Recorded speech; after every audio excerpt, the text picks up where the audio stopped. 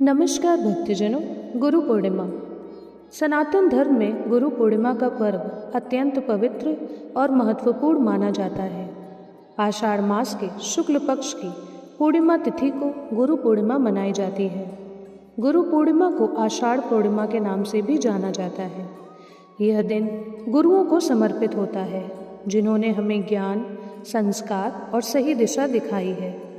इसी पावन तिथि पर महर्षि वेद व्यास जी का जन्म भी हुआ था, इसलिए इसे व्यास पूर्णिमा के नाम से भी जाना जाता है। इस दिन गुरुजनों का पूजन कर उनका आशीर्वाद लेने से जीवन के सभी कष्ट दूर होते हैं और ज्ञान का प्रकाश फैलता है। आइए हम जानते हैं गुरु पूर्णिमा की तिथि, मंत्र और पूजा के बारे में।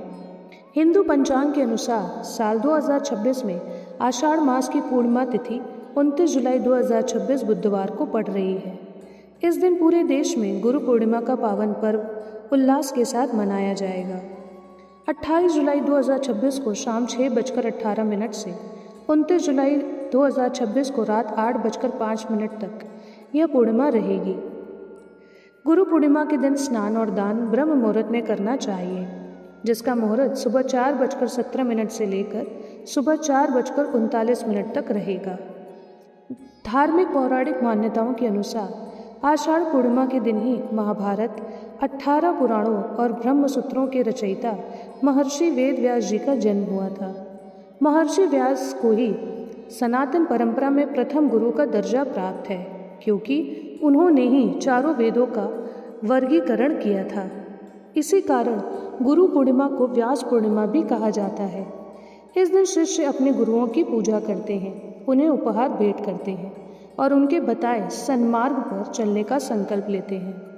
सनातन संस्कृति में गुरु को ईश्वर से भी ऊंचा दर्जा दिया गया है। गुरु शब्द में गु का अर्थ अंधकार और रू का अर्थ प्रकाश होता है, अर्थात जो हमें अज्ञानता के अंधकार से निकालकर ज्ञान के प्रकाश की ओर ले जाए, वही गुरु है।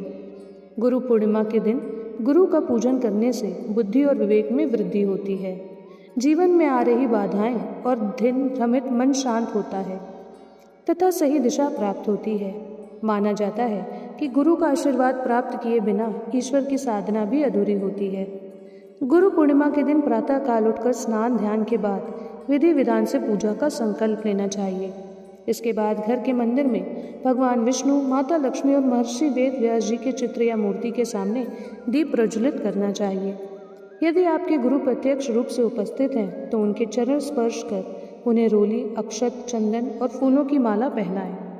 इसके बाद गुरु को सामर्थ्य अनुसार वस्त्र, फल, मिष्ठान और दक्षिणा भेंट करें और उनका आशीर्वाद लें। यदि आपके गुरु पास ना हो तो उनकी तस्वीर के सामने ध्यान लगाकर मानसिक रूप से उनका पूजन करें और उनका ध्यान करें। गुरु पूर्णिमा के दिन कुछ मंत्र जैसे ओम नमो भगवते वासुदेवाय नमः, ओम विष्णवे नमः, ओम लक्ष्मी नारायण नमो नमः का जाप आप तुलसी की माला से 108 बार कर सकते हैं। दोस्तों, बताए गए विधि अनुसार पूजा करने से गुरु पूर्णिमा का फल आपको सीधा सीधा प्राप्त होगा और आपके जीवन से सारी समस्याएं दूर होंगी। इसी के साथ अगर आपको ये वीडियो पसंद आए तो वीडियो को लाइक, शेयर, सब्सक्राइब ज़रूर करें। मिलते हैं अगले वीडियो में। धन्यवाद।